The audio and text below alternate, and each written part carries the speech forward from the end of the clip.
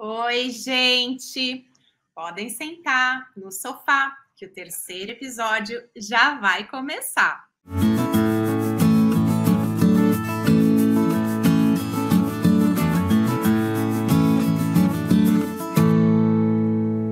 E hoje a gente vai falar sobre formalização dos negócios no mundo da marcenaria.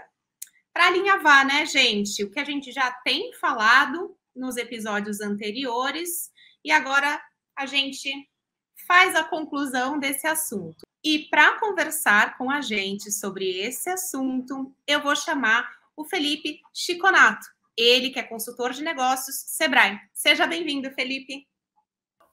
Olá, Ju, tudo bem? Prazer estar aqui com vocês no canal da Formob, falando hoje sobre formalização dessas marcenarias. Eu estou ansioso, não vou mentir com você. Eu também estou muito ansiosa, Felipe. Temos um mundo para falar, né? Para discutir a respeito desse assunto que é tão importante, né? Formalização dos negócios, né? Isso. Essa questão de formalizar, né? Muita gente acha assim, meu negócio não posso formalizar porque vai ficar caro, é o que a gente mais escuta no dia a dia. Hoje eu acredito que a gente vai matar esses mitos aqui no decorrer dessa conversa. Vamos lá. Vamos pensar num nicho, Felipe, o nicho do profissional autônomo, né? O marceneiro que tem equipe ou numa pequena empresa. Como você vê a importância dessa formalização? A formalização, ela permite ao empreendedor que ele compita de igual para igual com outras empresas. Ele vai conseguir, pode parecer besteira para muitos, mas o fato dele conseguir ter uma conta bancária para receber como empresa permite ele já se posicionar de uma maneira diferente. O fato dele poder emitir um documento fiscal, o fato dele ter os documentos certos, eventualmente numa fiscalização, numa vistoria do corpo de bombeiro, isso dá para ele segurança. Então, se formalizar, permite ele ter segurança para trocar o negócio. Muitos pegam o dinheiro da vida inteira que ele conseguiu juntar, investe naquele negócio e está trabalhando de forma informal, com risco muito grande de acontecer alguma coisa, de sofrer alguma sanção. Então é muito importante ele se formalizar. Eu já sei que eles vão falar assim, mas é difícil, tem muita gente que trabalha na informalidade, e eu já começo assim, Ju, meu apelido na internet é meu malvado favorito, de tanta pancada que eu dou nos meus clientes. Tá? E eu já começo falando assim, se ele quer ser como qualquer um, tudo bem, continue assim. Agora, se ele quiser se posicionar de uma maneira diferente, parecer profissional naquilo que ele executa, naquilo que ele constrói, por mais que ele seja sozinho, ele precisa parecer profissional.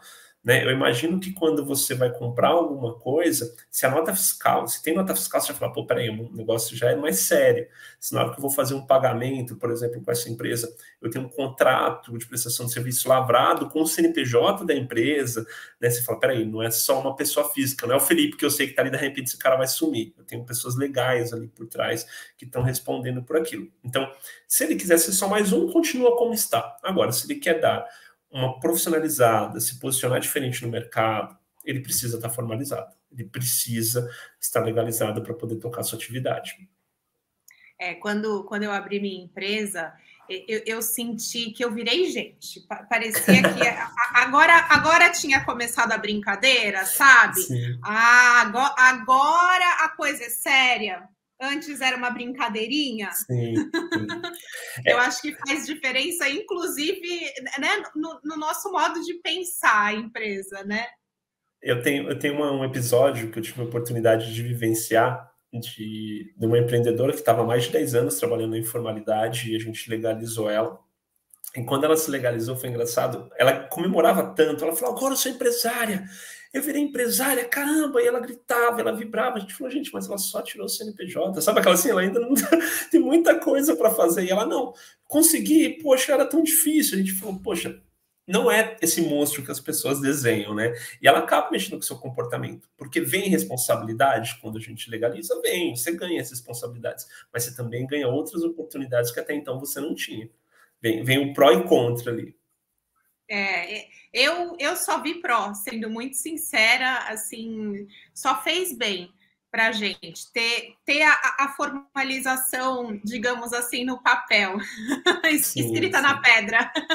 E falando em formalização, Felipe, quais os tipos, assim, é um tipo só, ir lá, falar, quero ter uma empresa de marcenaria. Não, como é que funciona isso?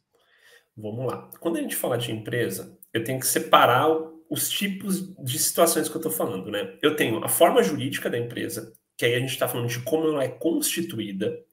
Eu tenho a questão do tamanho, que é porte, como a gente costuma dizer, e tem a questão do regime tributário, certo? Esses são os três pilares ali na hora que a gente vai formalizar uma empresa. Quando eu falo de forma jurídica, eu tenho dois tipos muito comuns, tá? É que o terceiro tipo é pouco comum para marcenaria, que seria tipo associação, cooperativa. Então, vamos falar de capitalismo, né? Então, a gente vai falar de empresário individual, que é um empresário sozinho, que toca um negócio, ou seja, eu não tenho sócio, é o famoso eu, empresário. Ele pode ter funcionário, mas ele é dono sozinho do negócio. E eu tenho a figura da sociedade, que aí é eu e a Ju abrindo uma empresa, ou eu, a Ju e a Maria e o João abrindo uma empresa, a gente tem mais de uma pessoa ali envolvida.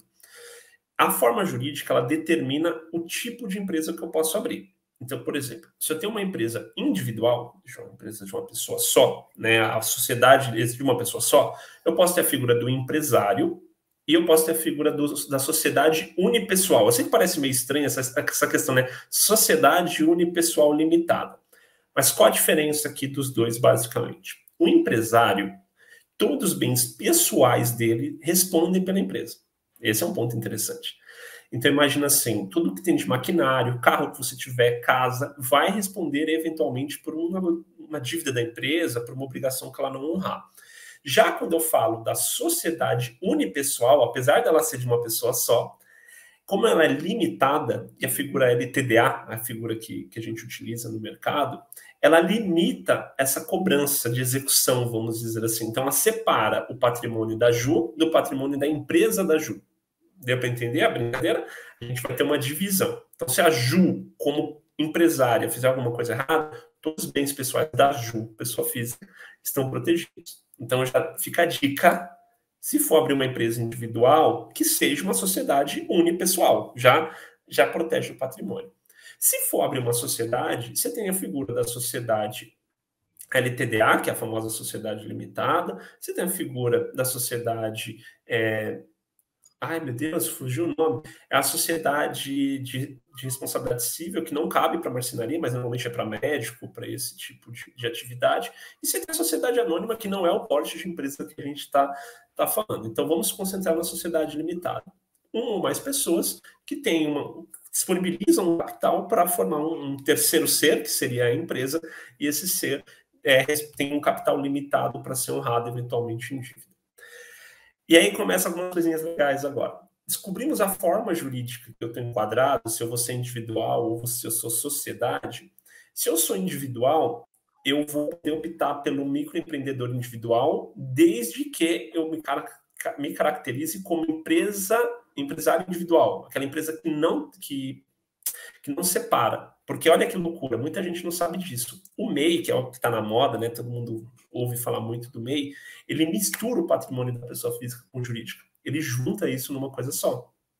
Agora, qualquer que seja a empresa diferente do MEI, tanto sociedade individual como empresário individual ou sociedade limitada, todas podem ser optantes pelo Simples Nacional, que seria o regime tributário mais vantajoso para quem está na cadeia moveleira.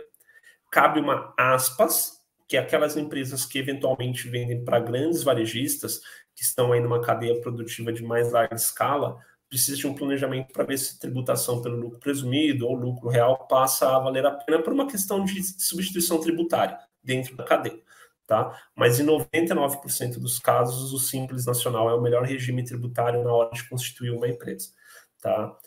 E aí a gente tem a questão ainda do que manda de documento em cada uma delas, né, ali dessas empresas.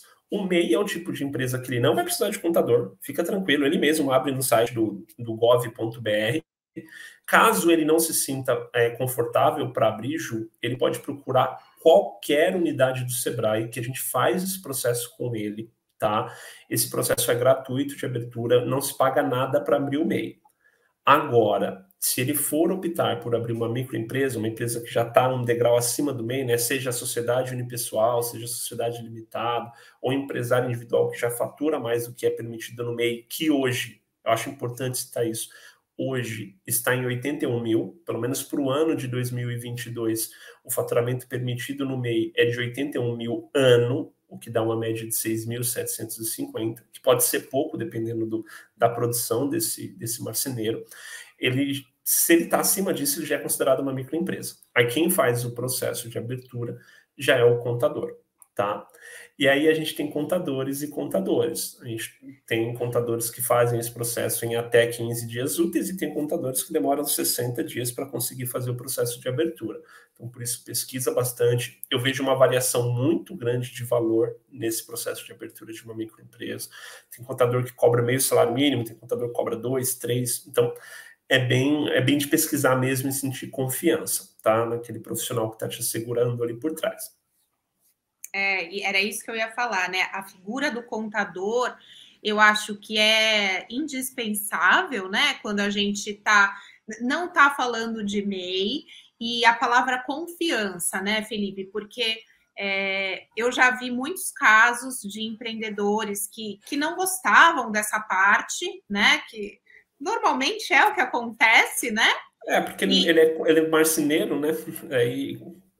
Exatamente, o que contabilidade tem a ver, né, com a arte da marcenaria. E acabavam deixando na mão do contador, e aí no futuro encontravam problemas grandes, porque não estava, digamos assim, por dentro do que estava acontecendo, né?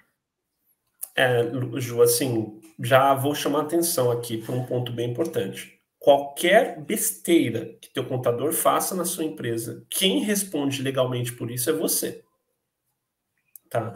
Ele pode vir responder de forma solidária, mas até você conseguir fazer isso acontecer, é você que vai ter que arcar com o problema. Então, por exemplo, eventualmente não faz uma declaração de imposto, não recolhe uma guia de imposto, né? E, bem claro, o contador cuida da parte fiscal. A gestão do teu negócio é sua. Isso não dá para terceirizar. Eu não posso chegar para alguém e falar, faz a minha gestão. Não, a gestão do negócio, quando a gente fala gestão no sentido amplo da palavra, é olhar o financeiro, o marketing, olhar questões legais que estão envolvidas. Isso é do empreendedor. É muito importante produzir móveis. Eu entendo que vocês treinam para isso, né? Esses marceneiros se especializam para se tornar até alguns artistas dentro desse segmento, mas ele precisa pensar como um empreendedor, né? Porque ele tem um negócio. E aquilo tem que dar lucro, ele precisa ser, como a gente costuma usar, precisa ser perene, né? Ele precisa perpetuar esse negócio por muito tempo. Então, muita atenção nisso. E cuidado com o contador. Contador não é casamento, né, Ju?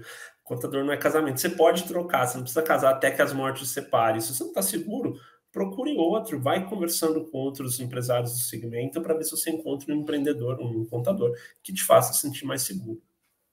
Eu acho que essa dica foi muito legal, Felipe. Pergunta, né, para amigos, para colegas, indicação de contador. Uma coisa que eu fiz na época que eu abri a empresa foi fazer reunião presencial com o contador, conversar, tirar dúvida, ver como que seria, né, essa relação, sentir mesmo, né? Sim. Mas que fez a diferença para a gente, sabe? Hoje a gente conta com uma profissional que super auxilia a gente super confia, e eu acho que isso é muito importante, porque a gente não quer perder tempo com isso, a gente quer ganhar muito tempo com isso, né? E acreditar que aquilo que ele está falando é fato. Você não precisa ficar desconfiando do cara, precisar ir no Google, precisar passar para um outro contador para ver se o que ele está falando está certo. Se chegou a esse ponto, troca. Exatamente. E aí, Felipe, em termos práticos, assim, documentação para abrir empresa, porque depois desse episódio, eu sei que muita gente vai ter vontade de se formalizar e vai abrir a sua empresa. O que ela precisa de documentação para abrir a própria empresa? Então, o primeiro passo, e isso é muito importante, é ele verificar uma coisa que chama-se lei de zoneamento, tá? A lei de zoneamento é o que cada prefeitura fala que pode ou não ter dentro do seu município. Por que isso, Ju? Imagina que você quer abrir uma marcenaria e você vai usar o endereço da sua casa. Só que, eventualmente, você mora numa área de proteção ambiental, numa área que é só extremamente residencial ou estritamente residencial. Então, tem que tomar cuidado. Então, a primeira coisa, antes de ele falar, vou abrir uma empresa, pega o comprovante do IPTU, o número do lote, dependendo da região que você mora, e vá até a sua prefeitura ou subprefeitura, dependendo do contexto geográfico que você está inserido, e fala, olha, eu gostaria de verificar o que pode e o que não pode ter nesse endereço. Por que isso? Uma vez aberta a empresa, você tem um prazo para obter o alvará de funcionamento. Imagina que você vai fazer todo o trâmite de abertura e depois de aberto você descobre que não poderia ter uma empresa ali. Tudo bem? Então, esse é o primeiro passo. Tá? Você só vai fazer uma consulta. Consultar a lei do zoneamento. Tá ok? Posso? Aí você toca com as outras partes. Tá? Fez a consulta da lei de zoneamento? Normalmente você vai precisar do RG, CPF, título de eleitor. Se você já declarou imposto de renda em algum momento, o recibo dessa declaração do imposto de renda, porque vai precisar do número, tá? Comprovante de endereço. Hoje em dia, devido à segurança, tem se utilizado muito o cadastro do Gov.br, que é uma plataforma do governo para você acessar todos os serviços do governo. Então, vai precisar estar com o cadastro atualizado. E dependendo da empresa, você vai precisar também dos mesmos documentos do seu cônjuge, tá? Porque vamos supor, as loucuras começam a acontecer na hora de abrir a empresa. Vamos supor que você é casada com comunhão total de bens, o teu cônjuge também tem que estar ciente do que você está fazendo, né? Porque ele também vai responder com aquilo. É comunhão parcial. Então, assim, tudo precisa estar documentado, vamos dizer assim, de forma a proteger aquele negócio que está sendo constituído, tá bom? Feito isso, o contador, se for MEI, é tudo pelo site, tá, Ju? É muito rápido, 15 minutos você formaliza a tua empresa no site do gov.br, se você for MEI, bem claro. Não sendo MEI, o contador vai lavrar um contrato com esses documentos, onde vai dizer o que é o negócio, o segmento que ele vai atuar, endereço, tudo bonitinho. Ele vai registrar esse contrato na junta comercial do seu estado, tá? Fez esse registro na junta, ele comunica a Receita Federal, que é a esfera nível Brasil, e comunica da entrada no alvará na prefeitura. Em paralelo, dependendo da legislação municipal de cada cidade, você talvez vai precisar de um cadastro no AVCB, que é do Corpo de Bombeiros, tá? Que tipo assim, o Corpo de Bombeiro autoriza a gente exercer essa atividade aqui dentro. E, dependendo do tipo de marcenaria que você faz, como você lida com os produtos, talvez você precise também de um cadastro na CETESB, tá? Porque, eventualmente, você pode gerar resíduos tóxicos, né? Vamos dizer assim, dependendo do tipo de pintura, alguma coisa que você faça junto àquele material, você pode gerar algum resíduo. Então, também precisa de um cadastro na CETESB. Isso dá trabalho. Gente, vocês contrataram um contador, né? Conversa com esse cara, porque não é para ele só ir lá e tirar o número do CNPJ, ele precisa te deixar com a empresa organizada. Então você está pagando por isso, conversa com ele, alinha para que ele faça esse trâmite legal, vamos dizer assim, para que você não fique perdendo tempo de órgão em órgão, tá? O comentário a se fazer é, gente, não abram empresas sem o marido, sem a esposa saberem que você está fazendo isso. Perceberam o perigo que né? Não, e tem casos, sabe o que acontece? Dos seus cônjuges.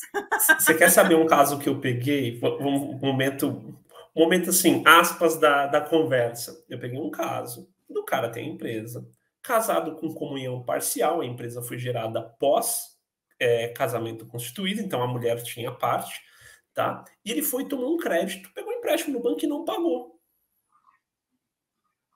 E a empresa dele não era LTDA, a empresa dele era uma empresa de empresário. Adivinha na hora de executar o que o banco fez? Ele falou, não, mas a casa está em nome da minha esposa, o carro está em nome da minha esposa. Né? Então, assim, conversa, entendeu? Conversa. Bem como tem que tomar cuidado, né? Se você está separado e ainda não fez documental, cuidado. Se você abrir uma empresa, a pessoa vai ter parte. Então, toma cuidado. Tem que tomar muito cuidado com relação a isso. Nada como uma boa comunicação, em todos os sentidos, né, Felipe? Sim, sim. Mas eu queria retomar. Eu falei, né, que no meu caso, quando eu abri a minha empresa, eu me senti gente grande, né? Gente de verdade. E que para mim fez uma diferença. Você falou, é psicológico mesmo, mas mexe. Esse realmente eu acho que é um benefício bem latente, assim, eu já vi acontecendo com outras pessoas, elas se sentindo assim, gente grande, abrindo o CNPJ. Mas além desse benefício, quais outros benefícios de se formalizar a empresa? Tá, vamos colocar um que poucas pessoas usam, porque eu não sei se vocês sabiam, mas uma microempresa, micro e pequena, tá? Micro e pequena empresa, quando ela participa de uma venda a um órgão público, ou seja, as famosas chamadas públicas, licitações que a gente vê, ela tem um benefício de ter preferência de compra, você sabia disso? Então vamos supor que tá lá a Ju com a sua empresa, você tem uma média empresa agora, tá, Ju? Você foi promovida, você tem uma média empresa. Eu chego lá com a minha marcenaria pequena, eu tenho preferência de compra, tá? Sem contar que tem orçamentos, chamadas públicas que são exclusivas para micro e pequena. E aí eu vou contar um segredinho. O teu orçamento pode ser até 10% maior que uma média e grande que você tem preferência. Então vamos supor, deu um orçamento de 100 mil para a Ju, tá? O orçamento da Ju foi 100 mil. O meu deu lá 90. Ou perdão, 90 não, 105. Tecnicamente, licitação a Ju ganharia, menor orçamento. Mas eu sou microempresa. Então eu tenho vantagem. A Ju perde para mim. Tá? Esse é um benefício que poucas pessoas fazem uso. Esse é o primeiro. Outra coisa, você tem acesso a crédito de fato desburocratizado. Como assim? A gente tem programas hoje de crédito a micro e pequena empresa com juros a partir de 0,35. Gente, a Selic está cada vez mais alta no atual momento que a gente está passando aí de, né, esse ano tem perspectiva dela bater quase 13%, e a gente está falando de 0,35 ao mês. É uma taxa de juros muito barata. E tem sim, tem acesso a esse crédito, não é algo de outro mundo, ele está me enrolando. Não. Terceiro, perdão, eventualmente, Ju, se você for fiscalizado, sabe? Apareceu uma fiscalização no teu negócio. Se você está com a empresa legalizada, a primeira fiscalização ela é orientação. Ela não pode te atuar, ela te notifica. Então, olha, Juliana, isso aqui está errado, você precisa trocar aquilo, trocar isso e tal. E aí você tem um prazo de 180 dias para providenciar as adequações. Coisa que, se você tiver informal, já chega com atuação, já chega com fechamento, dependendo do tipo de coisa, tá? Que mais? Você tem a possibilidade de emitir nota fiscal, você tem a possibilidade de comprar de alguns fornecedores, porque tem fornecedores que não vendem para quem não tem CNPJ. Né? A gente eu conheço vários fornecedores que só vendem para quem é empresário do segmento. Não adianta ser só marceneiro, ele pede que você seja também uma empresa, porque senão ele não vende para você. Poxa, acesso ao mercado nem se fala, porque permite você acessar mercados que antes você tinha medo, porque a legislação fala que para transportar um produto você precisa de um documento fiscal. Então pensa aquela loucura, você está com um móvel acabado levando para o cliente, só que você está sem nota fiscal, foi pego numa blitz policial. Pode ocorrer de perder tudo. Né? Então, todo esse risco existe e quando se legaliza, eu estou citando só alguns, tá? Aí tem a mudança de pensamento, tem toda a questão que vai junto. Ali tem bastante coisa que dá para ganhar de benefício quando a gente fala em formalizar um negócio. Muitas coisas para pensar que valem a pena realmente formalizar. Você falou de um problema, né, de não ter a empresa formalizada na hora da fiscalização, né? Se tem a fiscalização e você não tem o CNPJ, a formalização da empresa, você já vai ser autuado direto e não vai ter o aviso, né? Isso. Além deste problema, Felipe, quais tantos outros que você pode listar não tendo a empresa formalizada? Primeiro que você vai trabalhar totalmente errado, né? Vamos ser sinceros, assim, né? Vou pegar pesado, tá, Ju? Você está cometendo um crime, ponto. Tá? Porque sonegação fiscal é um crime. A gente não pode falar que não é um crime. Tá? Então, você está trabalhando de forma errada, limita o teu crescimento, porque você sempre vai trabalhar na espreita, né? Aquele negócio assim, eu não posso aparecer muito, eu não posso... Você fica com medo até de divulgar, porque você não sabe quem está vendo a divulgação, se é um fiscal, se é alguém que quer te denunciar. Então, assim, você fica com medo, essa é a verdade. Esse eu acho que é o pior de tudo, tá? Você empreende sempre na retaguarda, sempre pela sombra, fazendo caminhos mais difíceis. Outra coisa que limita muito o teu universo, você fica com um universo muito limitado, você vai ser tratado como pessoa física, não tem jeito, né? E aí, só fazer um paralelo aqui, tá? De tributação apenas. Uma pessoa física, autônomo, veja, o autônomo é uma pessoa física que trabalha por conta, certo? Ele vai ter uma tributação de 20% de INSS e mais a alíquota do imposto de renda de pessoa física, que pode chegar a 27,5%. Olha o tamanho desse prejuízo, tá?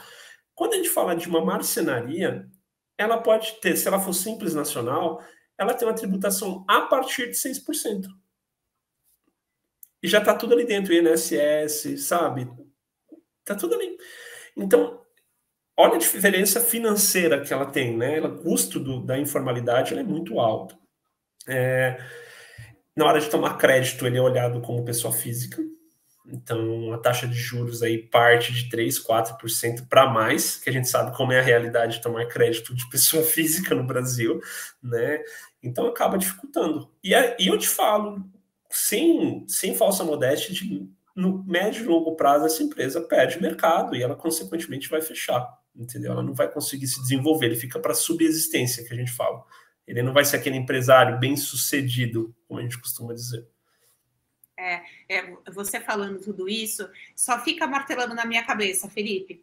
Fazer o que é certo e não o que é mais fácil. Perfeito, perfeito. O caminho mais fácil, ele pode chegar mais rápido a alguns resultados? Sim.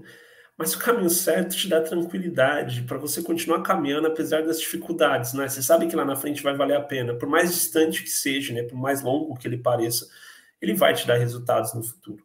O mais fácil, eu tive um gestor que ele falava assim, o mais fácil é o caminho dos preguiçosos, que dão resultado no curto prazo, mas nunca dão resultado constantemente. Ele falava dessa forma para a equipe.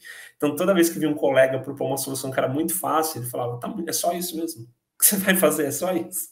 Então, tem que tomar um pouquinho de cuidado aí.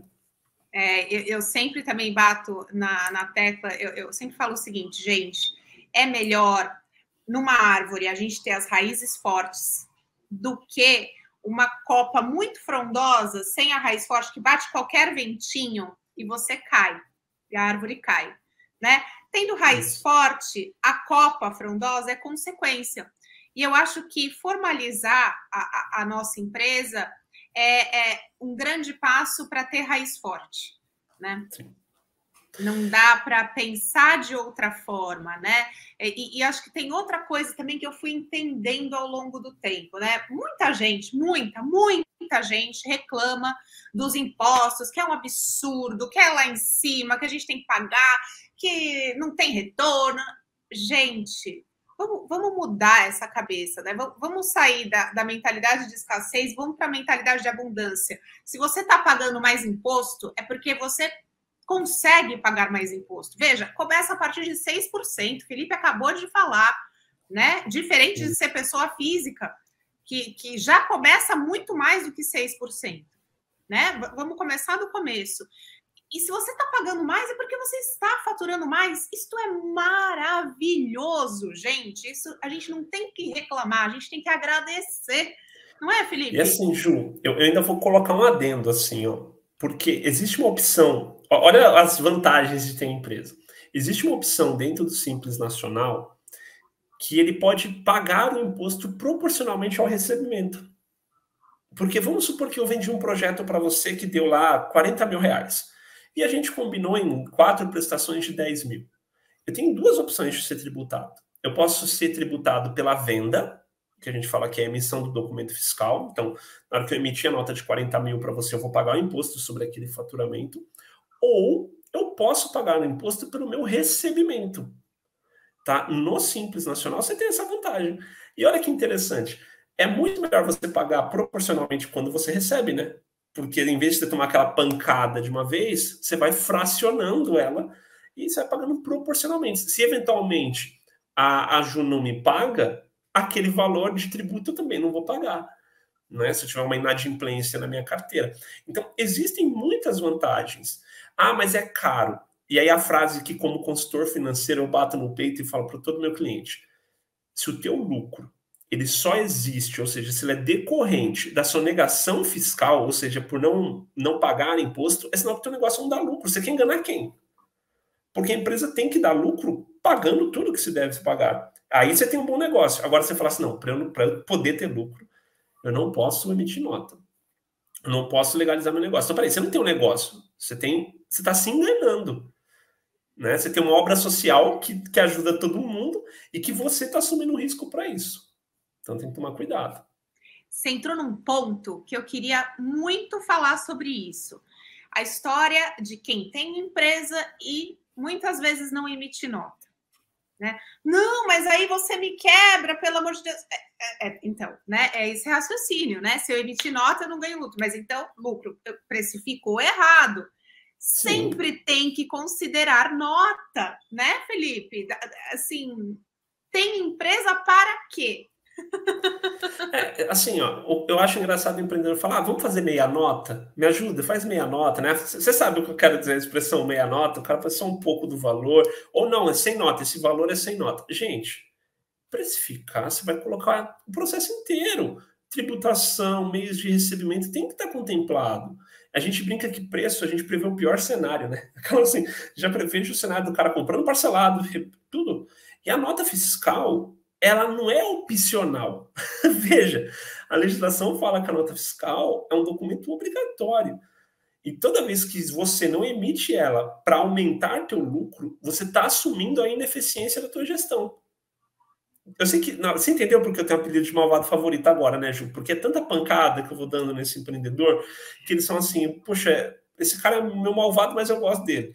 Entendeu? Então, assim, eu não estou aqui para passar a mão na cabeça, para apontar o dedo que está errado, mas ele precisa ter ciência que se o negócio dele só dá lucro porque ele sonega, vamos ser bem sinceros, o negócio dele não é viável. Ele precisa repensar todo o negócio. Porque ele está se enganando achando que ele vai ganhar dinheiro dessa forma. Mas muito bom, Felipe. Olha, você deu várias dicas. Eu acho que, assim, é sensacional. Quero muito que as pessoas que assistiram esse episódio, elas realmente se sintam estimuladas, porque é isso, gente. A gente se sente mais gente grande, a gente sente que a gente faz realmente parte do setor, né? Porque a gente pode colocar o nosso nome ali, não é nada escuso, né? A gente vai crescer de forma estruturada, com as raízes fortes, né? Então, só coisa boa formalizar a empresa, né, Felipe? Eu ainda vou um pouco mais além. Você passa a ser protagonista da sua história. Você deixa de ser vítima, sabe? Aquela assim, eu sou vítima, não consigo. Aquela frase comum, eu não consigo, ninguém me ajuda. E você passa a trilhar teu próprio caminho. Né? Você vira protagonista daquele futuro ao qual você deseja ter. Então, espero que a gente tenha conseguido levar essa sementinha, né? Vamos plantar uma semente aqui para ver se ela fortifica, né? Quero agradecer a oportunidade, Ju, por estar aqui nesse bate-papo. Quero agradecer todo o pessoal do suporte, aí, a Luciana, o Wesley, o Fábio, que estavam aqui com a gente para fazer acontecer essa conversa. Muito obrigado. A gente que te agradece, Felipe, foi ótimo. E se o pessoal quiser saber mais a respeito, como que eles acessam as informações do Sebrae? Eles falam direto com você? Como funciona? Vamos lá, Ju. Quem quiser acompanhar um pouco do meu trabalho, eu uso as redes sociais para gerar conteúdo. Eu uso o Instagram no @chiconatof, Chiconato do meu sobrenome F de Felipe, foi a única forma que eu achei de colocar ali. Então eu uso para gerar conteúdo. Mas o caminho do Sebrae, você pode e deve procurar o site do Sebrae, sebrae.com.br ou 0800 570 0800. Lembrando que essas orientações elas são gratuitas. A gente tem um atendimento 24 horas por dia, 7 dias por semana no 0800, então pode usar à vontade, tá? A gente dizer que ele não vai estar assistido é mentira, tá bom? E aí no site, só fazendo um parênteses aqui maldoso, temos mais de 270 opções de curso, temos eventos, fóruns, participe, fique à vontade para participar. Muito bom. Muito obrigada, Felipe. Gente, perguntem, compartilhem. A gente quer muito saber a opinião de vocês, como que esse conteúdo tá sendo bom, se não tá, para a gente melhorar e continuar nos próximos. Beijo e até a próxima. Tchau, tchau.